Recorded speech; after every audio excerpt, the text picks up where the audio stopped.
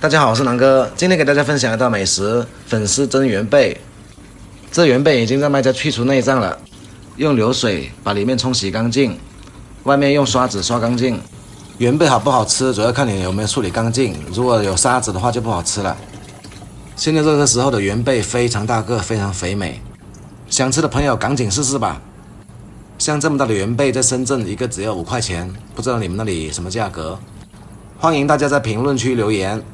为保证口感，需要用流水多冲洗几次。用小刀将元贝肉给割下来。嫌麻烦不想弄的朋友，也可以让卖家帮你处理一下。做这道美食一定要提前泡发粉丝，粉丝冷水泡1个小时左右，温水泡20分钟左右。用什么牌子的粉丝无所谓，你喜欢就可以了。按照这个方法把元贝肉摆上去，加入提前调制好的蒜蓉酱，这个味道非常的棒。具体请参考我上一个视频蒜泥小龙虾的制作方法。每个元贝加入1小勺，喜欢吃辣的可以加辣椒。水开之后上锅蒸，盖上锅盖，大火蒸4到5分钟即可。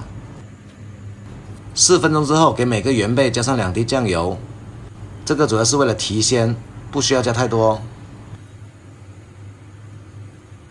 最后撒上性感的小葱花，盖上锅盖，再蒸10秒钟即可出锅。